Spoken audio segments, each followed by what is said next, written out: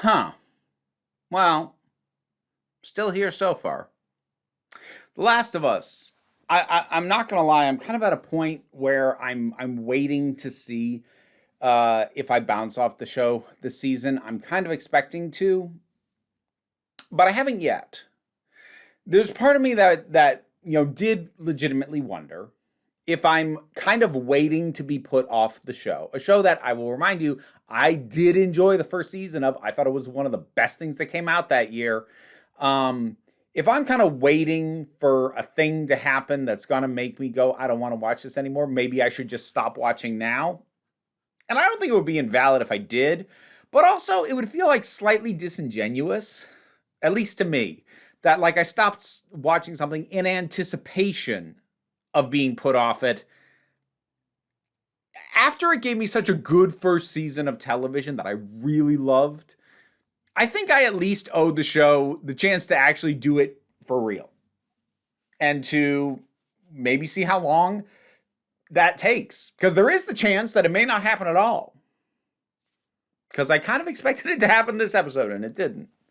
This is a very, very necessary episode after the overload of misery that was the previous episode.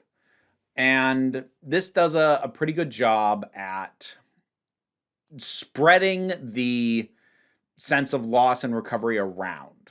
Because I think if it had focused completely on Ellie or even completely on Ellie, Tommy, and Dina, then I think it could have easily been overly wallowing in the misery. But I think, showing us a bit of a baseball game and with Catherine O'Hara's character, forgive me, I forgot the character's name. I'm real bad at names.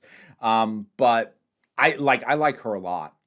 And I love the little line she has with Tommy, the little exchange where she's like, I should be seeing a therapist myself to help unpack the things I talk to other people about. And Tommy goes, and how are you handling it? She goes, well, I'm an alcoholic who's high on weed every chance I get. What do you think? She's great. I love her. But having that and showing the rebuilding going on and having that meeting and having multiple sides expressed. And part of me did wonder if they were stacking the deck because,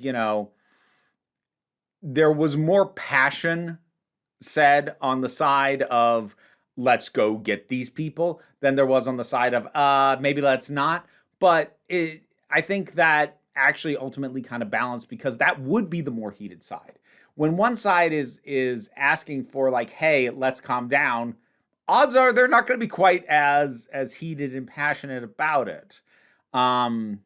And I also really like Catherine O'Hara's assessment of Ellie, which is that she's a liar. Because yeah, she got up there and read a statement that was complete BS, and she knew it. She just hoped it would get her what she wanted. This episode just felt like a welcome sigh of not full relief, but just a little bit of okay. Like this this was the aftercare that the previous episode refused to even hint was trying to come. So this helped. I needed this a fair bit. And I also like that we get some jumps ahead because, again, I don't need to wallow in every moment of misery. I don't need to, I am more than happy just to hear about Ellie's time in the hospital and not have most of the episode where she's stuck there and getting more and more infuriated that she's stuck there. I don't need that. I believe you when you tell me. It's always a thing. Show, don't tell. No, sometimes telling is fine. So, sometimes I would rather you just tell me than make me watch. And I think they made correct choices as far as that goes. And if what I found myself wondering is okay, if this is basically the kind of thing that I needed to have happen after the previous episode, and the show gave it to me, maybe I should have a little more faith in it. I'm not so certain about that because while this as a self-contained episode is quite good and very needed, It also it doesn't remove the underlying sense of doom that I have knowing what Ellie is setting out to do. You can show me these times and people rebuilding and people, having some little nice moments and connections, and I can appreciate that, but it doesn't change fundamentally what Ellie is going to go out and do. And that is the thing that my gut instinct is I don't think I want to watch. Oh, and I'm gonna make another. I'm gonna make a criticism that I made last season, and people got uppity with me for making this criticism then, and they're probably gonna get uppity for me making this criticism now. But the size and scope of the Wolves of the WLF, it felt very video gamey. So last season, I said it was the first time one of the really big ones. What are they? The bloaters, or whatever they are. I forget what they're called. But the really big zombies. When one of them showed up for the first time last season, I'm like, oh, it's the mini boss. It felt very video gamey, and it was about the only time that season where it felt very video gamey. This feels very video gamey as well, because it feels like, look at all these enemies. You're gonna get to stealth kill. Is kind of what that moment felt like. It felt excessive for a show, but what I would expect from a video game. Oh, the other thing that happened and leaves me with my gut feeling of like, oh, yeah, okay. I am still kind of waiting for the other shoe to drop that makes me go, no, I'm done. I'm out. The cult. Okay. Oh. I was already put off just kind of watching them in and of themselves. Because initially, we see the first guy, he's got, these scars. I'm like, oh, wonder what happened to him. And then we jump ahead and we see more of them. They've all got those scars. And then there's this little girl who starts talking, and she has those scars. And I'm like, oh, jeez. And the thing was, hearing the guy talk about, to some degree, their beliefs and this notion of the prophet, and like, no, the prophet's not immortal. The prophet saw a truth that is guiding us, but the prophet's dead and was just a person. Like, okay, that's actually kind of an interesting perspective on ways that religion and faith can guide people. I was like, okay, maybe there's something of interest with this. I guess, I suppose. But then we see that they're all dead. And there's this child who was very well and genuinely performed and had a real good chemistry with the adult she was talking to, who I presume is her father, but I don't know. And she's dead. Why'd you do that? And like, maybe there's a reason, but it just felt like reiterating, or I guess establishing, the cruelty of the WLF in a way that, okay, I've said I know the story of the second game. I don't know every plot beat, and I don't know every aspect. I know the general shape of it, and I definitely knew Joel was going to die. And I know that Ellie spends the entire game out for revenge. And like, that's me, and that's the thing that I look at and go, oh, cool, I'm probably not going to like that. But I don't know every aspect. I don't know every faction, but like this.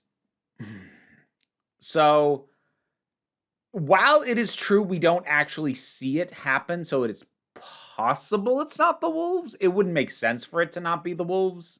Because that would mean there's like another faction that they're hiding. But like, every indication is that the Wolves wiped these people out, which feels counterproductive and out of line with the impression that we had of Abby and her group. Because one of the things that I thought was really interesting about Abby, especially in contrast to how Ellie seems to be wanting to go about this, is that she and her crew wanted to take out one person and they didn't want to hurt anybody else. And that seems out of step with the mentality of an armed group in freaking tanks that are willing to wipe out this cluster of people, men, women, and children. Something's off. And I'm not entirely sure what it is, but something feels off. Something feels like, okay, I'm not going to dig into some of what I've heard about what the possible meaning of this is, at least in terms of allegory. I want to deal with this story on its own right. But if they are reshaping the story for the sake of a metaphor or allegory, I think that's a mistake. Because taken in a vacuum, if this is going to be a story about Ellie going too far in the pursuit of revenge, I think you undermine that by showing the group that she's about to slaughter her way through, presumably. Well, in the game, definitely, but in the show, presumably. You're going to show them as being capable and willing to do this, then she looks more justified. And it just makes me wonder, what are we actually doing? What's the actual theme and message we're going for here? Because things aren't lining up in a way that feels off for this show. Because the first season, again, was really cohesive and really well-paced and pitched, and its elements really well-balanced. This feels off. These parts feel off. Like the parts in Jackson are pretty much all really solid. The stuff that happens outside of Jackson, something's off. And I don't know yet if it's a mistake. Like, because I don't know enough about the specifics of every aspect of the story, maybe this goes somewhere in a way that pulls it together. But right now, it feels off in a this isn't working way. Even though I'm not going to underline and say that definitively, because we've got further to go. And I'm not dropping it yet. We'll see. We will see. Last of Us Season 2, Episode 3. What did you think about it? Whatever your thoughts are, drop something down in the comments. Let's talk about it. Patreon pays the bills, enables me to do this as my living, even if you can't help me out that way. Like, share, subscribe. They all help me out. Don't worry too much about it, though. We take a relaxed attitude around here, so you can just come on back next time you need a break. And now to thank my highest supporting patrons: Robin Moore, Goddess Elida, Zubin Lopfula, Welsh Wrestling Geeks, Oliver B., Melissa Pedersen, Movie Turtle, Melinda Walters, Auntie Kate 808, Andre, Becky Sparks, Claire Wright, Tracy Scrabbit, Angry Casperl, Dave Hall, Quite Bearish, Rosalind Bennett, Toku Blahuvian, Adam RDL Taylor, Pal Barabajoggle, Mary Mello, Mira G, Sir Didymus is my favorite. I've never screwed that one up before. Well, if you want to hear me mess up your name, check out the rewards on the Patreon. I'm going to blame you.